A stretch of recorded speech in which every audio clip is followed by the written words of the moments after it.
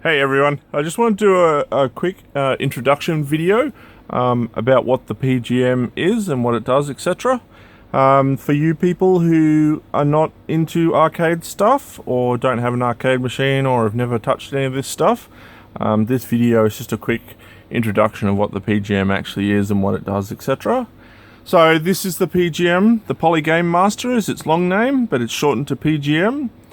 So this is an arcade system. So this is for, you could put it in an arcade machine and run it, and they do at arcades, or you can have it at home with your own machine at home, or you can use what's called a super gun.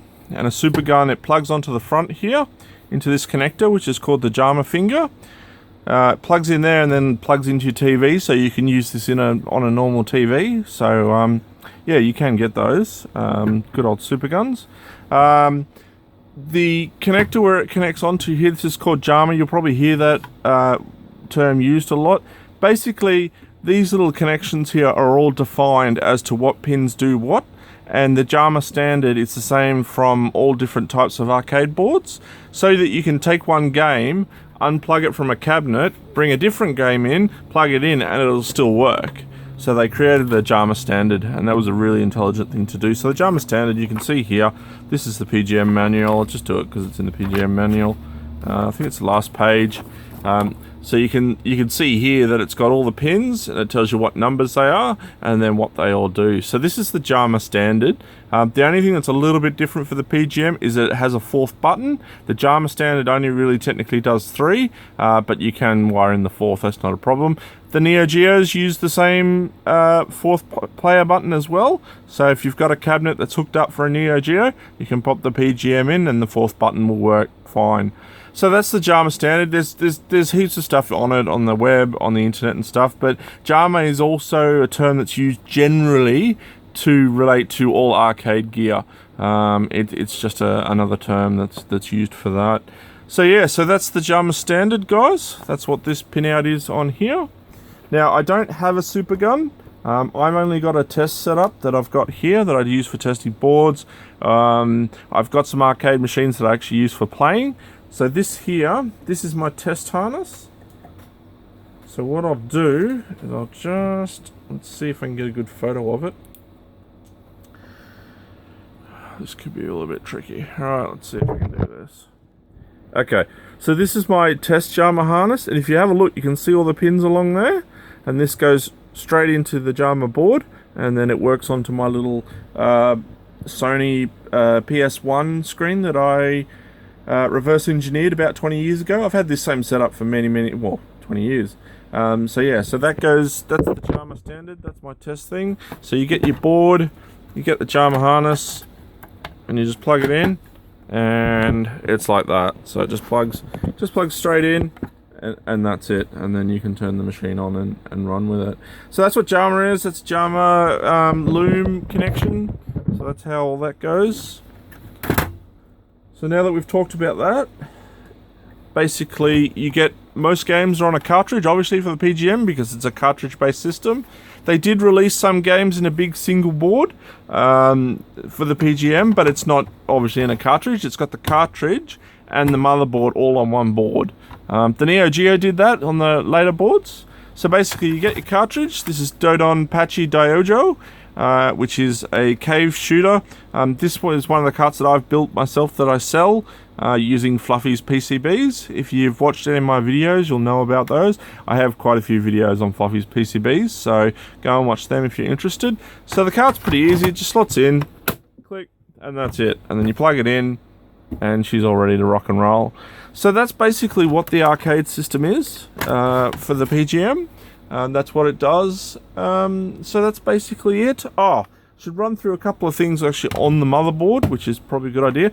This little button here, this is your test button. That takes you into the test switch, the test menus. There's a little flicky toggle switch here that's spring loaded. That's the reset switch. On the side here, if it's going to give me a good shot, this is the 3rd and 4th player expansion board. So some PGM games support a 3rd and a 4th player, and you can plug that into there. If we can get a picture, it's not focusing very well. This is the dip switch settings. So this sets for free play and quite a few other things. You can pause the game with it. There's quite a few different things you can do with this. So that's the dip switch for that. That's the JAMMA finger, as you know. We talked about that at the front. And then on the side here, you've got your volume wheel to adjust the volume. So that's basically it, guys. That's what a PGM is. That's what it's used. It's not a common system. Most people don't know much about it or have never heard of it. It was built by IGS, which is a company in Taiwan, and they sold an absolute lot of them. Plus the cave shooters, which were later converted into carts, because these carts aren't original. Basically, they dumped the ROMs off the single boards, the cave boards, and then converted them, and now you can run them into cartridges. And they run exactly 100% the same as the original cave shooters do, and there's 3 of them. So this is Dodonpachi Dyojo. There's another 2 as well, and I can make all of those. These stickers I get done myself. They're nicely, and they're all die cut as well. They look absolutely beautiful. It took a while to get them done, but I get them done locally, and they look really, really nice. I haven't got a card, haven't got the other 2 that I've finished, so this is just this one. But yes, I make those. So these boards, so basically I sell pre-modded versions of these. That's what I sell. That's one of the things that I do. And that's basically for people who are not into electronics, or they just want a PGM motherboard. They want one that's been serviced, that's been quality checked, that's ready to go, that will run, and they're not going to have any problems.